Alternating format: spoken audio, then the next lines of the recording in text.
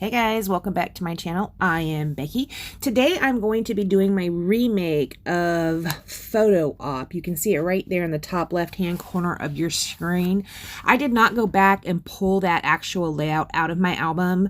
So, yeah, back in the day I thought I was being artistic when I shot that photo kind of at a cockeyed angle. You kind of get the gist of, if you haven't seen the video and you're just looking at that photo, you can kind of get the gist of what the layout looks like. I am going to stick to the column over on to the right hand side and then have a little bit of something over on the left hand side like that original photo is. This original photo is like a 4x6, probably a little bit smaller, possibly a little bit smaller.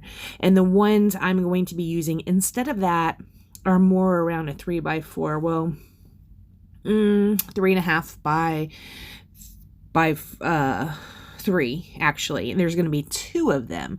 So right here I am going to go ahead and stick with the grid lines. I'm also sticking with the diagonal stripe that goes around the border of the layout. Apparently this is something that I have loved for many years, or a few years anyways. I still really do like the diagonal paper as a border on a scrapbook page. It's like one of my favorite things about scrapbooking. I love it. Now, when I am putting this together, not only am I remaking this original layout, I'm remaking the design of it, but I'm also playing along with a challenge over at a Secret Not Secret Kit Club. And on that challenge, I believe we had to use some twine, and that's what I'm doing here. I'm just looping around some twine where those 2 pieces of paper meet up, or actually where the notebook paper ends. Basically, I put 2 lines of pink and white twine right there. I did not get the center of this page. These are Felicity Jane papers, and they've been kicking around for quite a bit. So mostly I just want to make a little bit more room in my stash. So I did not get that striped paper on the back of it.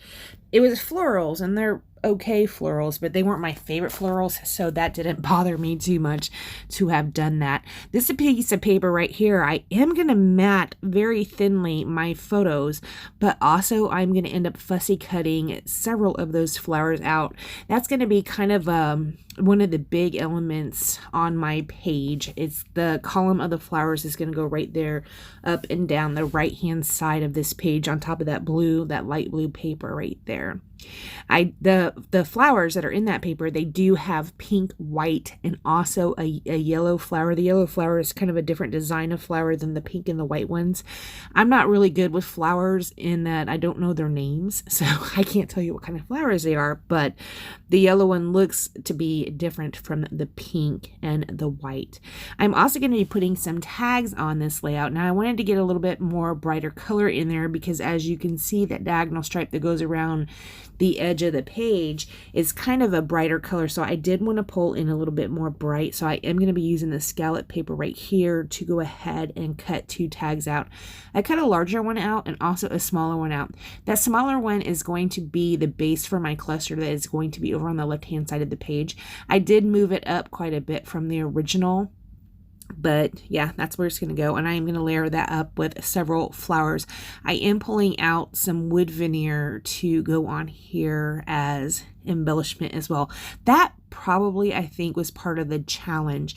I have these teeny tiny hearts. I got those from Christina in one of my Secret Not Secret kits. Love those. And in fact, next time I order a kit, which there's a lot of new products coming out, so it probably won't be too far away, but next time I order one of those kits, I am going to have to remind myself to order or ask for, do you have any wood veneer hearts? Because I'm almost out of those.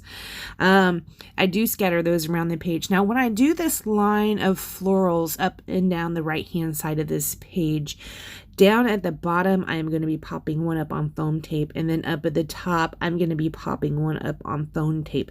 Now I'm sitting here looking at this layout in front of me, and I can't really tell. I mean, I know that they're popped up on foam tape, those 2 flowers, but it's really hard to even tell just sitting here looking at it. So that might have been a little bit of a waste of foam tape right there.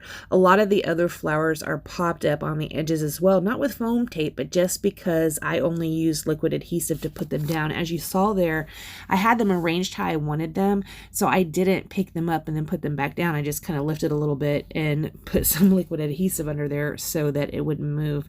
And those ones look like they're popped up on something because the whole entire flower is not glued down, just a little bit where I put the liquid adhesive.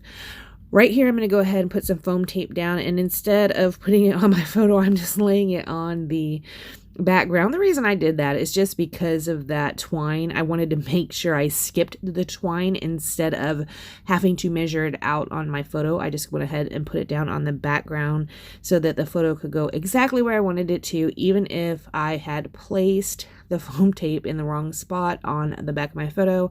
This kind of took away the guesswork for doing that.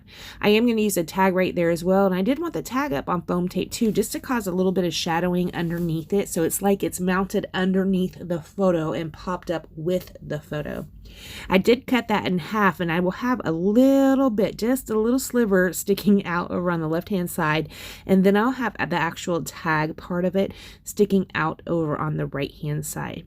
This teeny tiny wood veneer right here that says Bliss, this is going to serve as my title. I know, that's a huge title, right? Yeah, that's what's going to serve as my title. It just says Bliss, and I wanted to pull in some more wood veneer with that, so it worked out pretty good. Right here I am looking through my Maggie Holmes sticker book. It's over on the right hand side.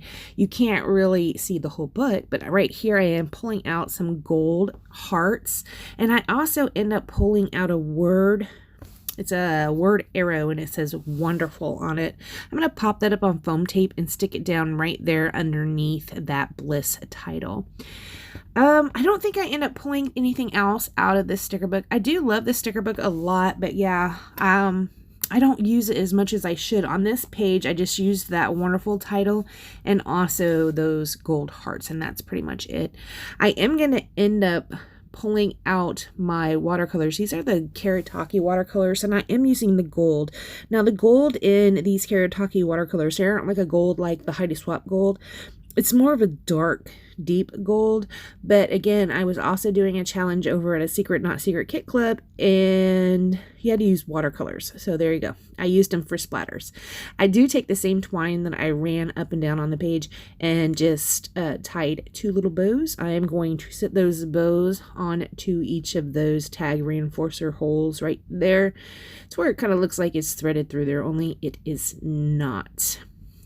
All right, guys, after I do that, I am not going to be doing anything else to this layout. I want to thank you so much for joining me, and I will see you next time.